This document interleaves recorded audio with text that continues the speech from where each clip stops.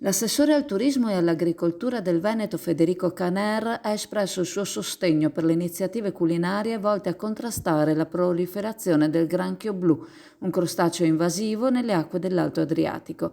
Egli ha enfatizzato che la cattura del granchio blu è l'azione più concreta per affrontare il problema e ha suggerito che invece di sprecare questa risorsa sarebbe opportuno renderla commestibile e introdurla sulle tavole dei consumatori.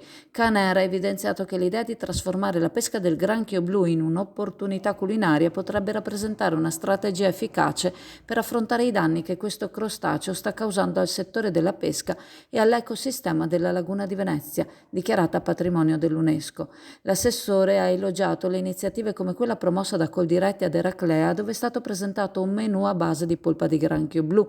Ha sottolineato che tali iniziative contribuiscono a sensibilizzare l'opinione pubblica sul problema e dimostrano come sia possibile trasformare una situazione problematica in un'opportunità, sia dal punto di vista ambientale che culinario.